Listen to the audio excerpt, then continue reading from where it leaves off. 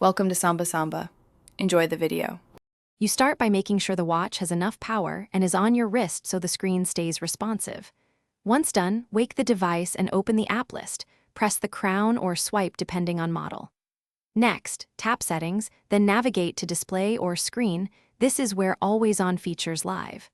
I want you to find the Display submenu right away. Once visible, pause and confirm the submenu shows brightness, timeout, and always-on display options so you can proceed. Now, inside Display, locate Always on Display, sometimes labeled AOD or Ambient. You will see a toggle. Tap it to switch AOD off. Once you flick it off, make sure any confirmation dialog is accepted. Some firmware asks to save changes. After disabling, check Screen Timeout and Ambient settings and reduce timeout to preserve battery. If the watch has a separate low-power ambient mode, set it to Disable or Minimal. This ensures the screen truly stays off when not in use. Finish by locking the watch or letting it time out.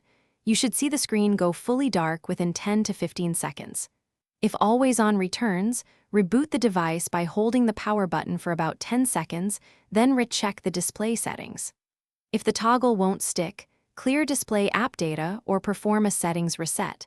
As a last resort, back up and factory reset the watch. One troubleshooting tip: make sure companion phone app settings aren't enforcing AOD.